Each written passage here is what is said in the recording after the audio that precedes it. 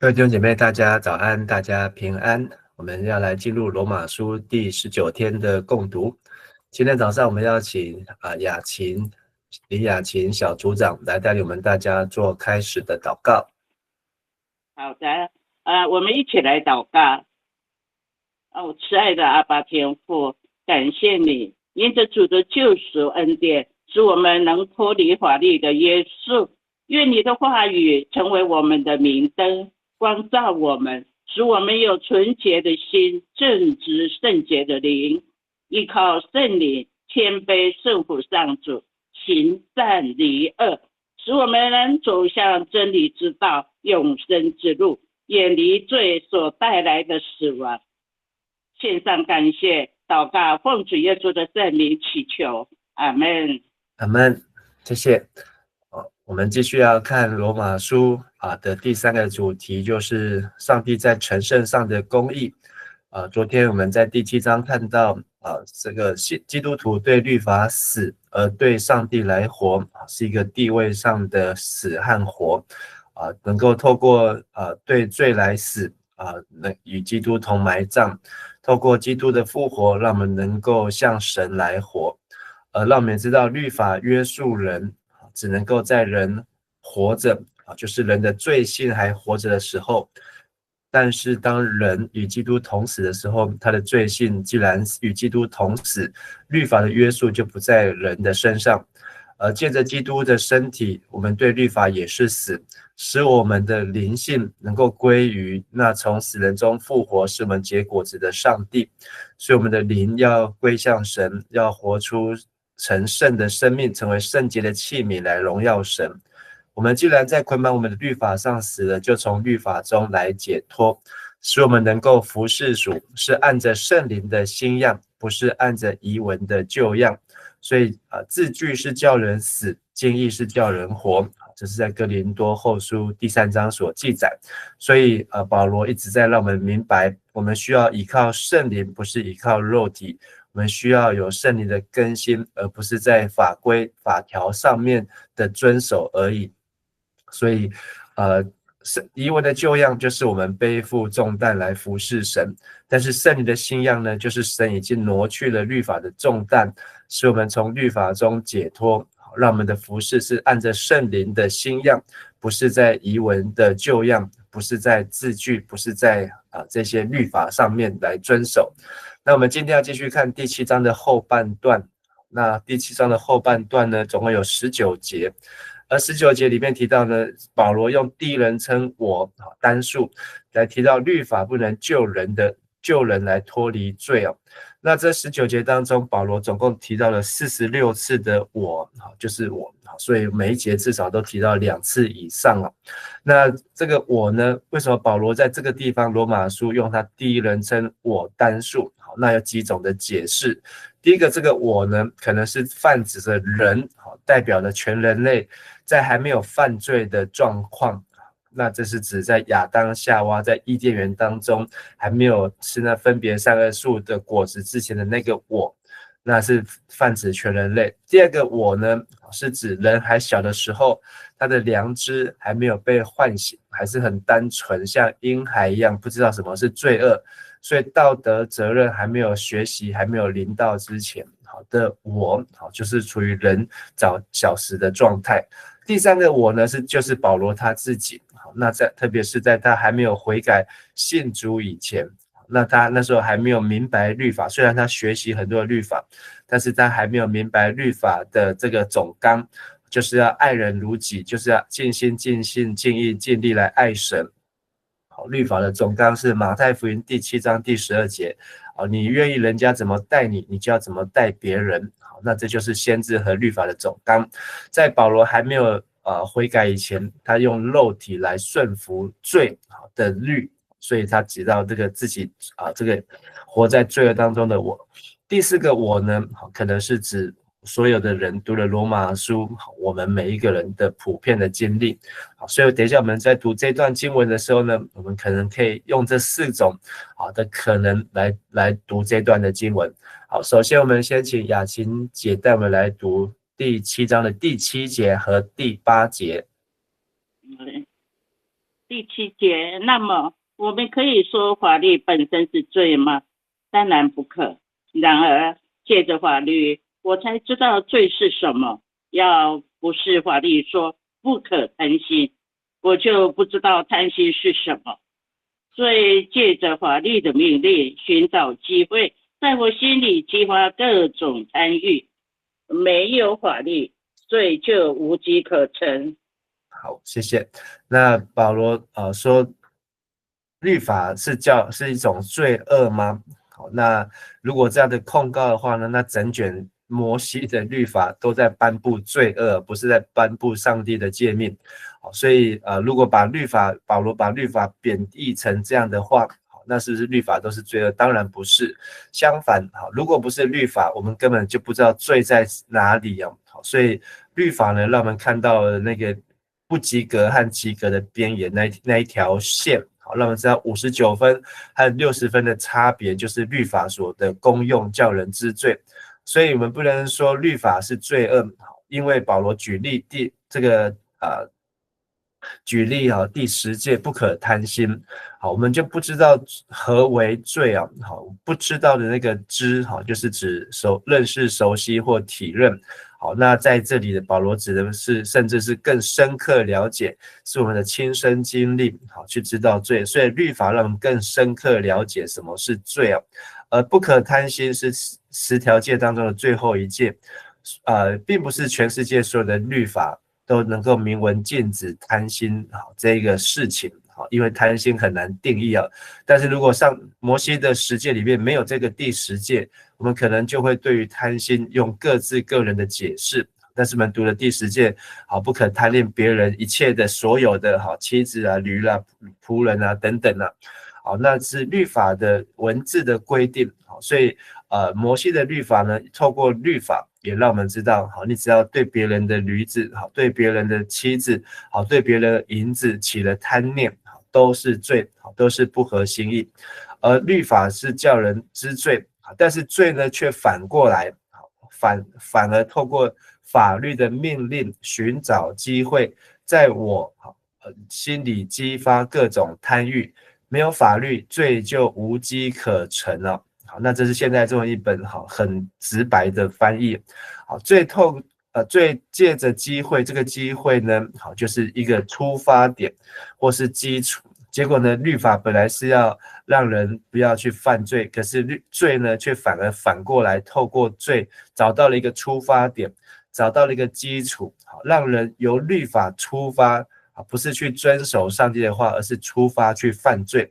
所以明明知道说不可贪心，因为贪心违反了律法，可是呢，却因为听到了第10诫不可贪心，反而就从第10诫成为一个贪心的出发点了。好，那这个我们的国家法律都有订定各样的条文，但是人就是会钻法律的漏洞，好，那想要去得到更多，而这个罪呢，就在我心里面发动的意思就是做出来啊，或是完成。好，那所以罪本来是不会表现出来，但是因为听到不可贪心的诫命，那罪呢反而就找到一个基础点，使没有律法，罪就无机可乘。好，那这个透过罪的律法呢，好，我们第8节啊，没有律法，罪是死的。好，那这个现在最后一本把它翻成罪就无机可乘了。好，那死的意思就是不活动、不存在，好，就是不能活动了。好，所以现在最后一本没有用死这个字，好，是翻成无机可乘。好，那我们再请雅琴姐带我们读9到11节。我从前生活在法律之外，后来有了法律的命令，罪就活跃起来。结果我在罪中死了。原来法律的命令是要使人得生命的，可是对我来讲，它反而带来死亡，因为罪借着法律的命令找机会诱骗我，也借着法律的命令置我于死地。好，谢谢。所以保罗继续用第一人称的我，在没有律法之前，我呢，好，这个我是代表了全人类，或是代表了人小时候，或是代表了保罗自己，或是代表我们一般人。好，我是活的，但是呢，律法诫命来了，好，这个罪呢激发了，开始活动了，我呢反而死了。好，所以从前生活在法律之外，后来有了法律的命令，好，让罪可以活跃起来。罪这样的深刻影响力呢，好，是我们的经验，也是我们熟悉。当我们越认识神的时候呢，越看见自己的罪，好，所以知道什么不可以做，不可以吃，不可以摸，不可以尝，好，但是呢，却不可以呢，却反而成为我们要去做，好，所以不可贪心，我们反而贪心的一种引诱，好，所以罪就活了，好，因为罪的势力呢，反而因为上帝的律法得到了一个动力，得到一个基础点，得到一个出发点，罪就大显身手啊！好，所以当亚伯拉罕还没有学习律法的时候，不管他做什么事情，好，他都可以说他不知道。那我们也会说不知者无罪。但是律法既然颁布呢，好，才凸显了人的行为，好，都是在罪恶当中。好，所以不是律法是败坏世界，好，律法是让我们知道什么是罪，但是我们不能依靠律法来得救。第10节结果呢，我们知道罪活跃起来，我们就在罪中死了。原来法律的命令是要使人得生命，好，那这是保罗对律法的肯定啊。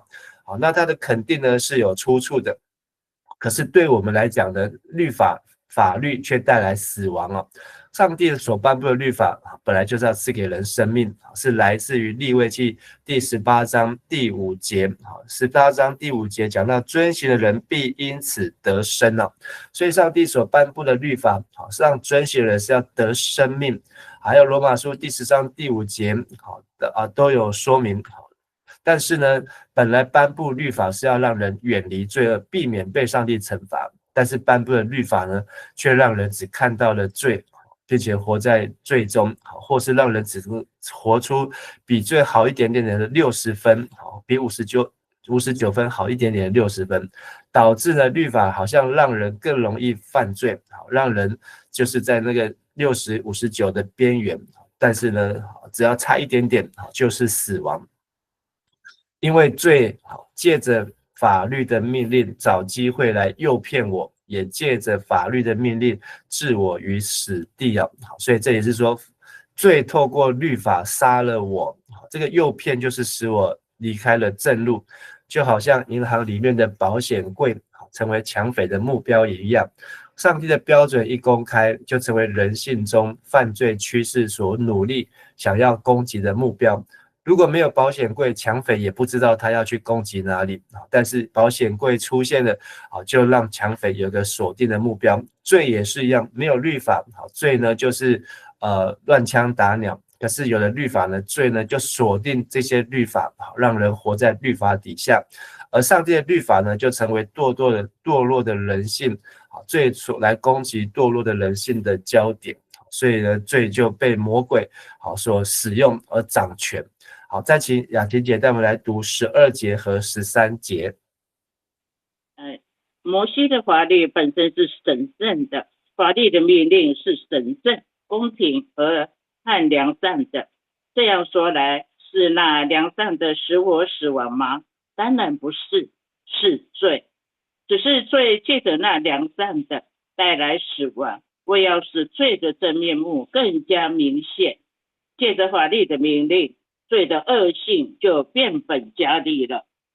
好，谢谢。所以我们要记得，保罗不是在否定律法，他反而说律法是圣洁的，而这个诫命是圣洁、公义、是良善的。因为摩西的律法，本来上帝在颁布就是要让人来亲近神，让人能够远离罪恶，分别为圣。那这也是整卷利未记，我们明年1月要读的利未记的这个主题，就是成为一个分别为圣的人和生活和生命了。但是呢，那良善的律法呢，却让人误以为律法是罪啊。所以保罗说绝对不是啊。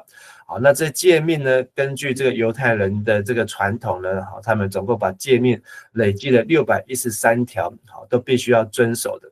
那这些应该遵守的呢，本来是要来显出神的良善，好，是出于神的话，好，从摩西的律法而来，是神给人的规范。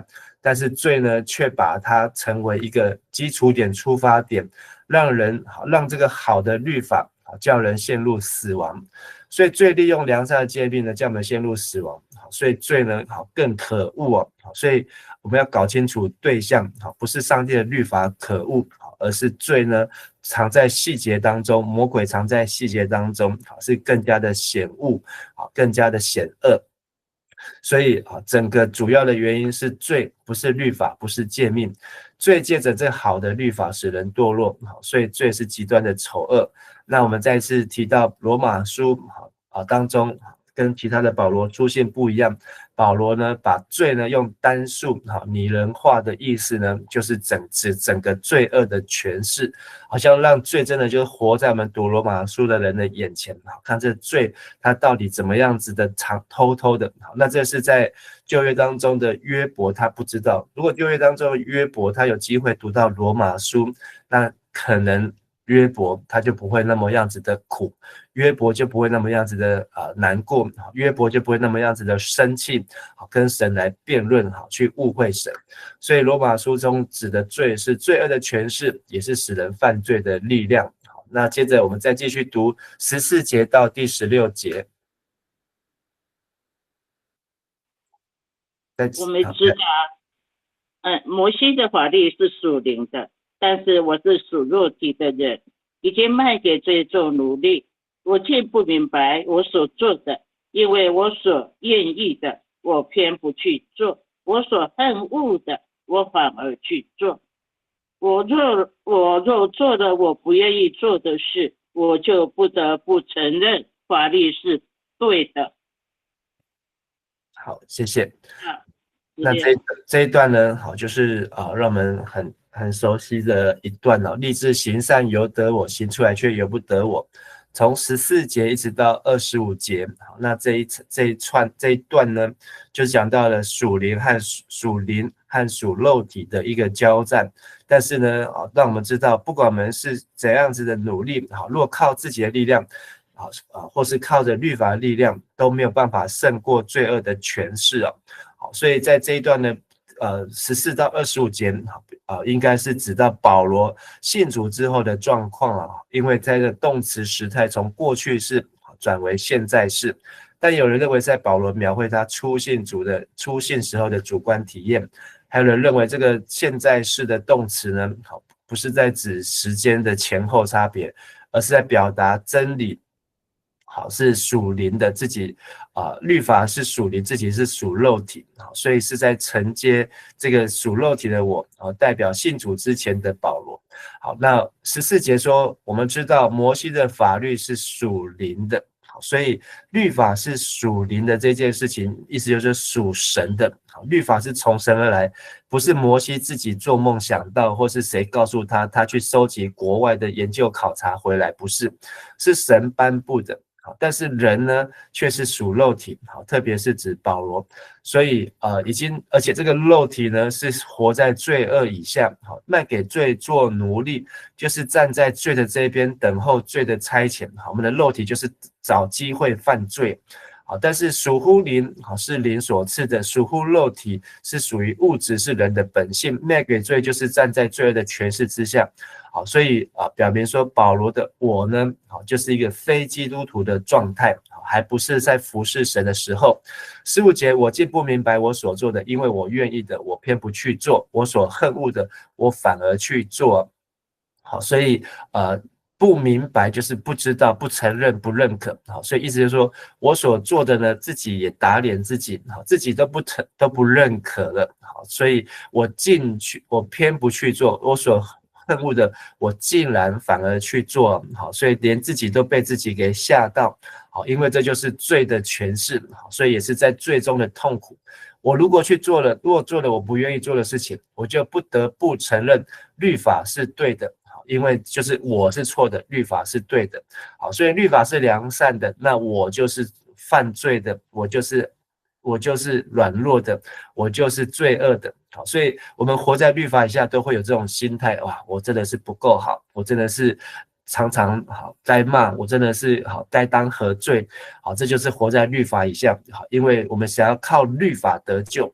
但是如果我们是想要靠神得救，我们就不会用这个角度，用律法的角度来看待自己。我们会看耶稣基督为什么要为我死，耶稣基督为什么要为我上十字架，耶稣基督为什么拣选我，我们会知道我们是重价所赎回的。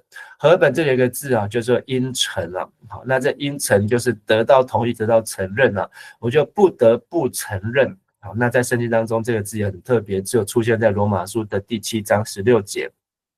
好，接着再请雅琪姐带我们继续读17节到19节。既然这样，我所做的并不真的是我在做，而是在我里面的罪做的。我也知道，在我里面，就是在我的本性里面没有良善，因为我有行善的意愿，却没有行善的能力。我所愿意的善，我偏不去做；我所不愿意的恶，我反而去做。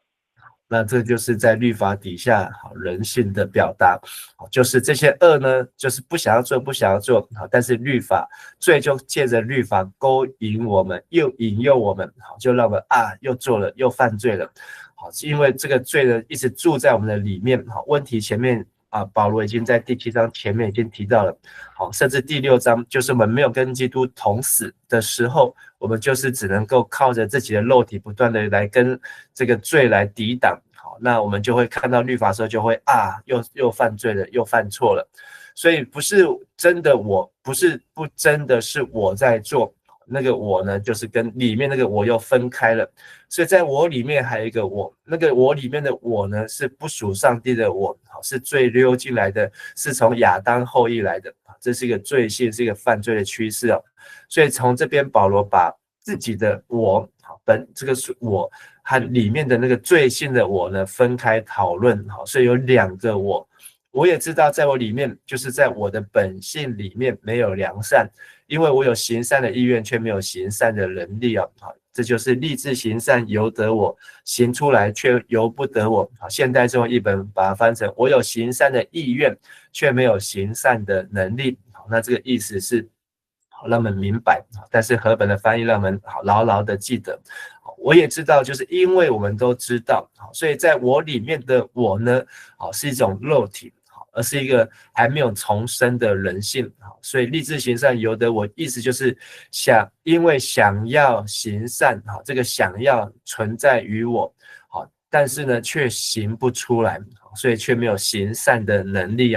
所以现在中文译本把这个意思翻得很清楚，但是就失去了我们容易记的这个立志行善由得我，行出来却由不得我。我所愿意的善19节我偏不去做，我所不愿意的恶我反而去做。所以这就是不断反复的现象。这也是看到士师记有7次的循环。那他们遇到罪的时候就痛苦，痛苦的时候就求救，求救的时候上帝就拯救，拯救的时候他们又继续平安，然后又开始犯罪。那我们的人生也是像这样的反复循环，或是看到列王记历代志的这样子，就是一下跟神关系很好，又跟神关系又远离，那反反复复，那怎么样才能够脱离呢？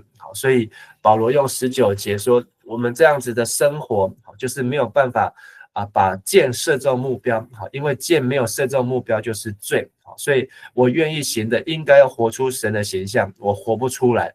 我不愿意行的就是那个目标以外的，我反而都一直拼命的去做，所以这就是罪。所以这就是罪的精义。那接着再请雅琴给他们读20节到23节。如果我做的我不愿意做的，就表示这不是我做的，反而那在我里面的罪做的。因此我发觉有一个法则在作祟，当我愿意行善的时候，邪恶老是纠缠着我。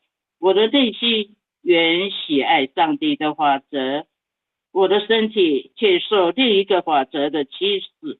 这法则跟我内心所喜爱的法则交战，使我不能脱离那束缚我的罪的法则。这法则在我身体里作祟。好，谢谢。这个法则在和本翻成律。好，那这个法则跟律呢，可能法则会比较容易啊，好，因为律我们又会跑去跟律法法律又会纠结在一起，好，那它就是一个法则啊，好，是一个定律，定律就是当我们愿意行善的时候呢，每次想要行善，那个恶呢，好，它就会冒出来。没有想要行善的时候，那个恶还不会那么冒出来。好，所以有时候很多听到很多的见证，好，这个昨天有听到思雨的见证，好，在他受洗之后呢，好，反而是一连串的打击。好，那当我们想要为神而活的时候呢，好，这个罪呢却会不断的跑出来攻击我们。好，所以让我们目的就是要摧毁我们对神的信心。好，罪呢想要继续的掌控我们，所以也让我们看见罪就是锁定我们，好像约伯一样，好，怕我们去跟随神。但是我们用信心来回应的时候呢，我们才不会软弱，才不会跌倒。好，如果我们没有拿出信心，我们可能遇到这样子的打击，我们就放弃了，我们就不敢再继续跟随神。因为我们罪的，我们保罗清楚的看到说，我们做那些不愿意做的，不是我想要做的，我的头脑里面不想要做，可是身体呢，却不听使唤的，就去陷在罪当中。所以这个罪呢，就是在控制我们的身体。所以21到22、23呢，就是保罗的他所观察出来的一个定律，一个法则。当我们愿意行善的时候，邪恶就会纠缠。但是我们没有去行善的时候呢，邪恶呢，他就去找纠缠那些想要行善的人，所以他的锁定就是锁定想要亲近神的人。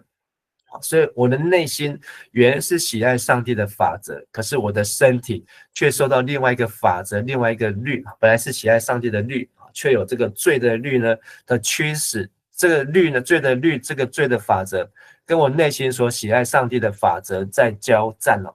所以两个律，在我们的哪里交战呢？也可能在我们的心思里面交战，也可能在我们的脑海里面来交战。那最终就在我们整个身体上来交战。所以攻克己身，叫身服我，就是要怎么样让我们的身体听自己的话呢？如果是用自己的方式，是达不到，但是借着圣灵的帮助才能。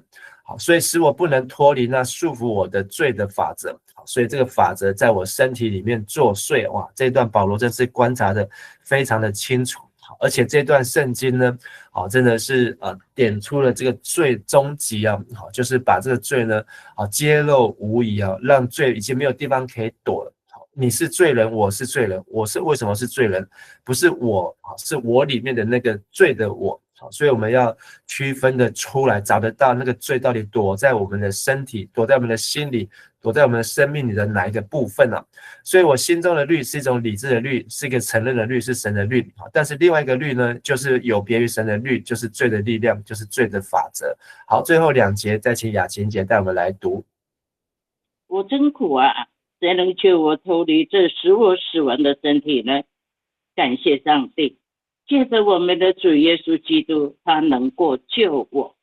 我的情况就是这样，我自己只能在心灵上顺服上帝的法则，而我的肉体却服从罪的法则。以上。好，谢谢。那保罗还没有讲完他的答案啊，虽然我们第7章读完了，但是第7章、第8章呢，要很紧密的连在一起。在我们读第8章才会读出这个第8章的这个恩典。那但是我们很容易忘记读了第7章，就只有看第8章。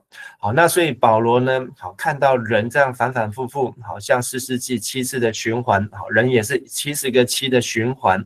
好，那一直不肯愿意去做合神心意的事情，一直拒绝，因为律法。当我们想要去做合神心意的时候，罪就透过律法，又把我们拖累。所以保罗会说，这样子的情境呢，真是苦啊，就是真的是一种人生好的一种打击。而且保罗清楚知道，这种苦呢，就是来自于我们这必死的身体。那这必死的身体呢，就是已经就是死的身体哦，就是没有办法活的身体。所以保罗形容自己在一种悲惨当中，过着悲惨的人生，在一个悲惨的世界过着悲惨的人生啊。但是保罗最后呢，话锋一转，那就要带入第8章啊。所以在最苦的时候，这也是约伯在他人生最苦的时候。那这个约伯的3个朋友让他人生更痛苦，比他前面发生2次的打击还要痛苦的时候，好，却有另外一个少年人，好，以利户来帮助约伯。那好像也是我们的人生在最苦的时候呢，就会有圣灵来帮助我们，好，用说不出的叹息来陪伴我们，为我们祷告。好，所以我们苦到已经眼泪都流干了，好，苦到保罗大卫说那个床榻都从泪水当中都飘起来了。可是呢，好，靠着我们的主耶稣基督，他能够救我们。所以保罗说，好，我们的情况，好，他个人的情况也是全人类的情况是这样。我自己只能在心灵上顺服上帝的法则，而我的肉体却服从罪的法则。好，所以这就是一个区别。保罗至少为我们画出了一条线，就是让我们知道罪到底躲在哪里，原来就是躲在我们的肉体，躲在这个律法当中。但是呢，不是说我们整个人都没有价值，因为我们的内心还是保有一个因信称义，好像亚伯兰刚开始要相信上帝，那个想要亲近上帝的心。所以千万不要把自己定罪，认为自己一文不值。至少我们还有一个立志行善，那个行善呢，就是一个信心的芥菜种子，虽然只是小小的一点点，但是却能够影响我们整个人生。好，所以内心顺服神的律，肉体却顺服罪的律。那这要进入的就是罗马书第8章啊。那保罗描述自己的主观经验，但是因为这一段的独特的文字解释呢，在整本圣经当中找不到，比较接近的是加拉太书第3章啊，但是也没有像罗马书第7章这么样子的详细的解释哦。两个我，所以让我们看到我们的良心和罪的挣扎，是我们每一天在天天面对的。该不该起床读经，还是继续睡下去？好，那如果没有律法说要读经，我们也真的不会想要起来读经。但是律法告诉我们要起来读经的时候呢，哇，我们就开始陷入了天人交战。所以律法并不是让我们说律法是坏的东西，律法是要告诉我们往好的去努力。当我们开始要往好的时候呢，这个罪呢、肉体呢、情欲呢，就会开始拉扯着我们。所以保罗说中我们的盲点。所以这里讲到灵的我和肉的我的征战了。灵的我就是因为法律是属灵的，但是我是属肉体的，而且这个属肉体的我呢，已经卖给了罪，就是做罪的奴仆。肉体的我有一种矛盾，就是想要像良善的法律的时候呢，但事与愿违，行不出来。而在这种自我反省当中呢，保罗看出是罪借着律法，罪来在肉体上的我来行恶。所以这个罪的律呢，罪的法则就是拦阻人、破坏人向神活的这种善行，就是从这种想法思想呢到行动呢，罪就不断的破坏。所以在我们内心就有一个交战，罪的律透过肉体的我，把我从神的律当中掳走了，掳去了，所以让我没有办法活在神的律法里面，就是达不到，所以就觉得这个律法越不敢去读神的话，因为每次都达不到。但是保罗说，耶稣基督是救主，这种最困难解决的问题，都在耶稣的十字架上已经完成。耶稣都已经为我们预备好救恩，能够救我们脱离这个肉体的我，还有必死的身体的下场。所以保罗的观察就是总结，灵的我呢是要顺服神，但是属肉体的我呢是顺从罪的困境。所以我们要怎么样活出灵的我，让灵的我更强大，让肉体的我能够一起埋葬，就是明天要读的第8章。所以这样的拉扯，这样的征战呢，真的不断的反复。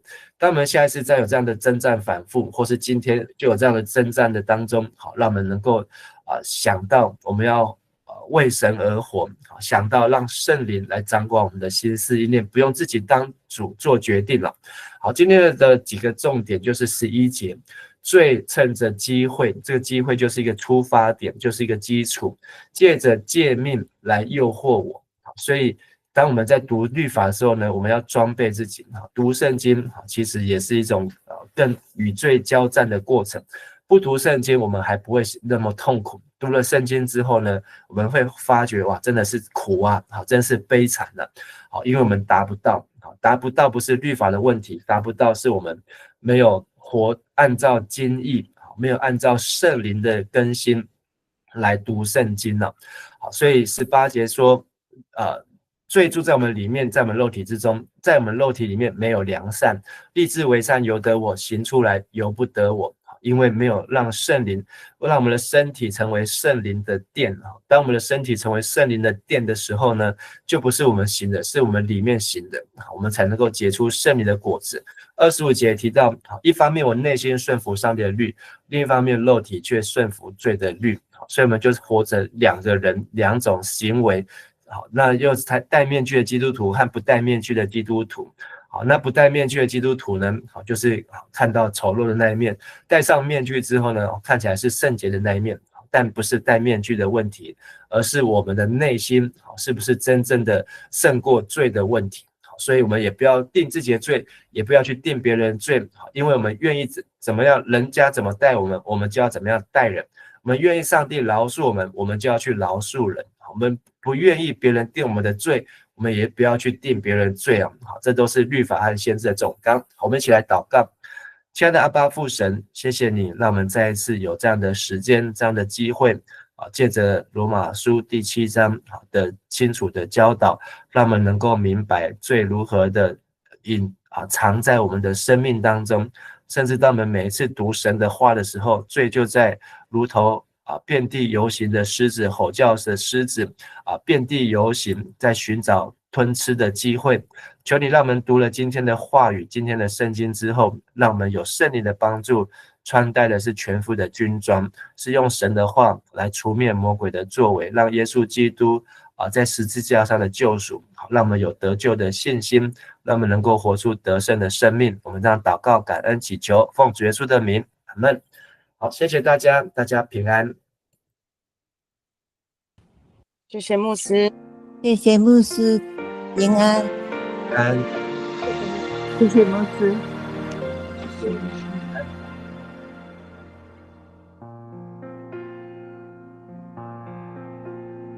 纯洁